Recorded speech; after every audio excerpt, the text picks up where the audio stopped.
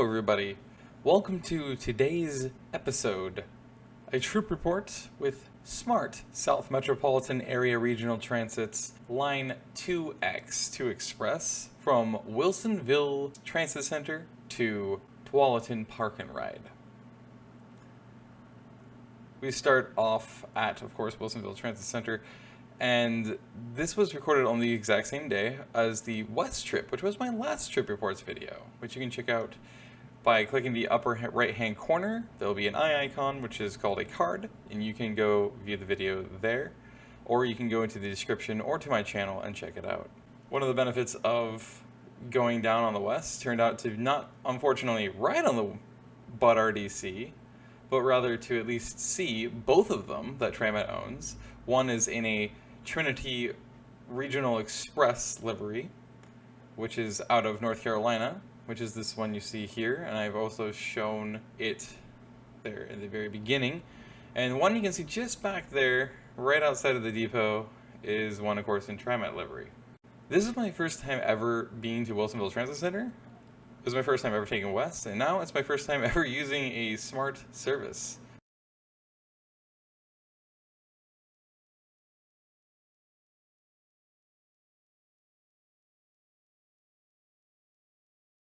So real quickly, here is what the SMART system looks like right after this SMART bus. It's a hybrid.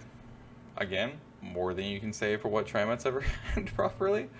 Go figure. It is a very, very small transit district, primarily of Wilsonville and its close and surrounding areas. It connects to CAT, which is Canby Area Transit, which is Canby's even smaller transit system. And they have, of course, connections here at Wilsonville Transit Center to Cherriots, which is Polk Marion Counties Transit District, who is responsible primarily for Salem Keizer's transit, and YCTA, which is Yamhill County Transit Area, serving, of course, Newberg, McMinnville, and all the towns in Yamhill County. The official audio for this trip that I recorded is actually very, very loud. I will, of course, have some of it here in the video. But it's very loud because this was actually something that in the back of my head was kind of always, I don't know, toying around back in there. Like, you know, if you ever rode on one of these minibuses that are Chevy or Ford branded, they're probably extremely rickety, violent, and loud in terms of how much they shake. Because there's just one wide body sat on top of a really narrow truck bed chassis of a pickup truck, and that's how these buses are made. And go figure, this was a very loud, jittery, rickety ride. I was actually surprised by just how much. It reminded me so much of TriMet's flexible Metros, which are also known as Grumman 850s back in the day, which wasn't too long ago they actually got rid of them. I think it was 2012 they finally finished using them and got rid of them. But those are my favorite buses they ever had. They were the worst comfort you'd ever have. They were so badly so rough on the ride, but they were also my favorites by far.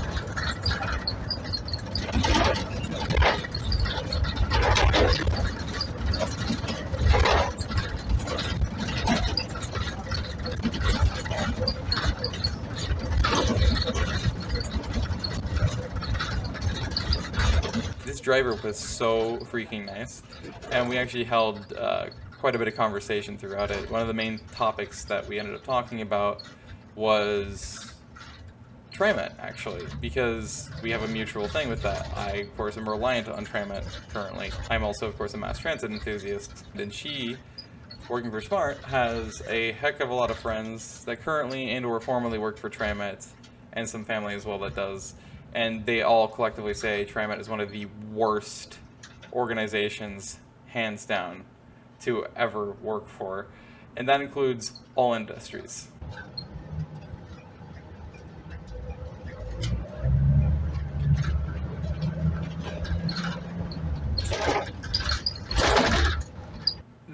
cool thing about Smart is their system's actually really well laid out. It's incredibly efficient. It makes perfect sense. It was very interesting to be going through these, as you can see, these parking lots of these business parks. But it does actually make some sense considering, A, this is kind of how Wilsonville's laid out. It's actually a majority commercial and some light industry, being warehouses and, again, office parks and stuff like that. It also, secondarily, makes sense because of the fact that, again, this means this is a big work hub for this region and area. So to have this route, among others, go through these areas, connecting to the residential areas of Wilsonville, but also connecting to Tualatin, thus to TriMet and other lines like that and systems, it allows workers to be able to get around highly efficiently without having to Uber to a transit center or walk all the way to transit center or whatever else and worry about missing their bus. Their bus is going to be right there pretty much outside their doorsteps and their parking lots when they stop to pick people up. That is actually a really efficient and smart idea. It was like the perfect day to be able to do these, although it was also the perfect day for reflections. And with my knockoff GoPro I have, the lens is extroverted, which means if I put the lens against the window, yeah.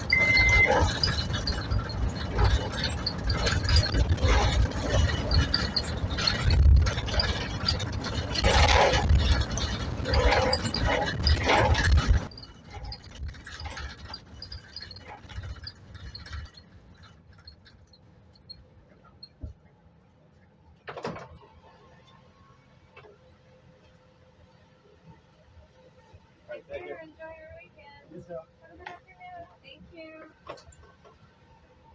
The interesting thing about this, besides their system being efficient and intelligent and making perfect sense, is the fact that the seats are themselves also endlessly higher quality than anything of TriMet's bus or light rail system. Because TriMet is, all they have are especially on their buses, all they have are the thinnest, chintziest seats you'll ever see in your life. They're the cheapest, chintziest, thinnest, hardest plastic piles of crap you'll ever have that cut off your circulation really quick. They're incredibly uncomfortable. And they have virtually zero seat pitch. There's the high to the camera.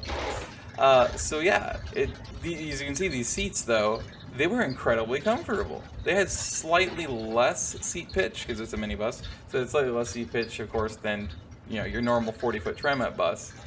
But the seats were incredibly comfortable and they're high quality. They're upholstered. They're well padded. They are in fact fully padded seats. They're not hard plastic pieces of crap.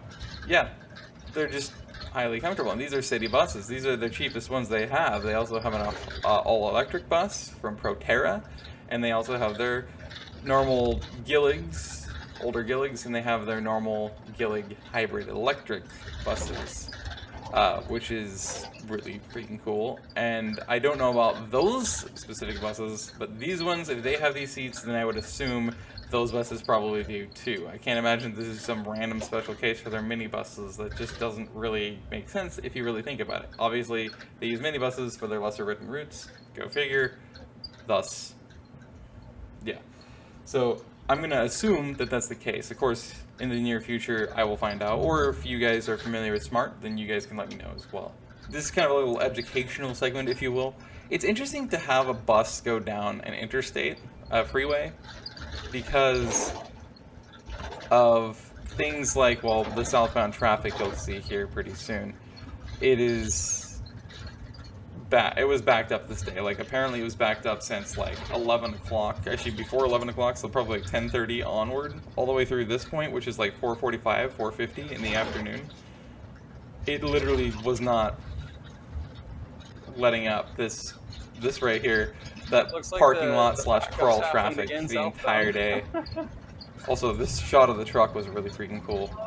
And then I thought it was just one tandem, and I realized it's a triple tandem. And that was, I think, the first time in my life I've ever actually witnessed a triple tandem in person. Not quite a parking lot, but that close. wasn't parked.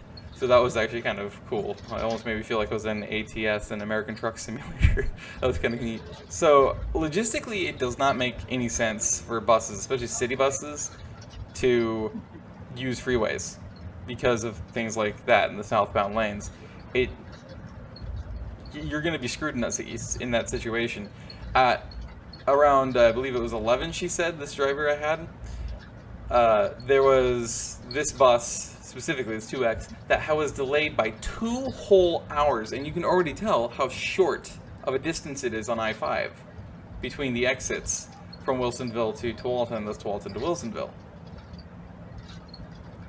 And yet it's still a tiny portion delayed that bus by 2 whole hours. And that's exactly why it does not make sense. Yes, freeways are called freeways because of the fact they have a consistent, very high speed, no intersections, no stop signs, no yields, none of that. There's no reason to slow down. So you would think, okay, logistically that would be good. No, it's bad, because that's the problems you have with freeways. And again, if you're like, well, why don't they have more lanes? Well, because every time you add lanes, no matter where it is in the United States, it induces demand, which means there's more traffic that then fills those new lanes. And then the same thing keeps happening, and it gets further perpetuated, just with more lanes. I.e., Los Angeles and the surrounding area there is a prime example of why you do not do that. There's all the more reason why they're terrible for buses. Now, they make perfect sense for, of course, big intercity buses in Tualatin, of course. Day to go out and get this over Cascades with ahead of time. Point, which is a service of, well, Point, Yeah. a intercity I bus overheat service so easily, so. running on coach buses that Oregon Department of Transportation actually runs and owns, which I found very interesting that they even have a bus service, but they do. It's an intercity bus service, which I think is great. This line is called Cascades Good, Point, can of enjoy course. that. So they always put the name of the line before The best we Point, have which is a the name of bunch the company. Box fans. And this place actually has a Tiny Cascades department. Point stop. Yeah. One to Eugene, one to Portland. Fill it with ice and water. And of course, freeways make perfect sense for in-city buses because it's an it's idea, supposed to be yeah. the fastest way for them to go. It's the most efficient way. You don't want to keep being stuck at traffic lights and stop signs and do stupid stuff like that. So of course, they use freeways. Yeah. It's not flawless though, because you still get the traffic jams and the over-the-top demand. Yes. And that's evident by a woman that you'll actually see in a couple of clips here, in this clip a couple of times here at the end, who's actually waiting on this very piece of the platform Yeah. that I ended up going under that Always, cover I think with, of those ones that are like because she heaters turned out and she was waiting for cooling the Cascades fans in Point one, to right? arrive. And unfortunately, that bus was extremely delayed. Go Yeah. figure, can't imagine why, if it's been going on since like 10 o'clock in the morning and it's almost 5 o'clock right then. I think that's what they are, but I'm not entirely sure. And that's been like Yeah. that all damn day. So she was wondering where the hell the bus Yeah. was, and it was because it was me delayed too. by, I believe it was Yeah, I hope so too. Thank you so 2.5 much for being so or nice. 3 I appreciate it. hours You wanna be from in the the video? last scheduled time it was supposed to show up there. And the only stop north of there is That's Portland. fantastic. It's a really inexcusable problem. Okay. But nevertheless, that'll be it for this video. I hope you enjoyed the trip report. I talked way too freaking much for this, I feel like. But yeah, I hope you enjoyed it, and thank you for watching. If you did, please do leave a like, of course. It's very helpful. It lets me know you enjoyed. And feel free to subscribe for more awesome trips like this. I'd greatly appreciate it. Anyway, that'll be it for me. So stay safe out there and hope to see you in the next video.